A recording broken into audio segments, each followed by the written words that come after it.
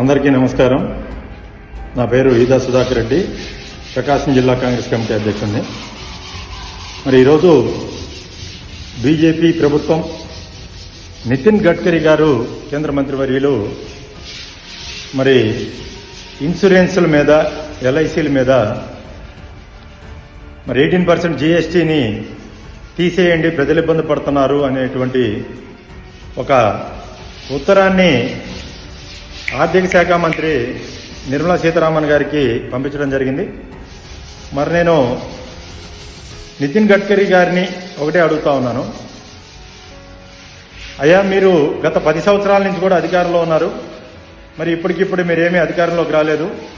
10 సంవత్సరాల నుంచి ప్రజల మీద అపారమైనటువంటి పన్నులను వేసి ఇబ్బంది పెట్టి సామాన్య మధ్యతరగతి పేద ప్రజలందరినీ కూడా నడ్డివిరిచినటువంటి పరిస్థితి.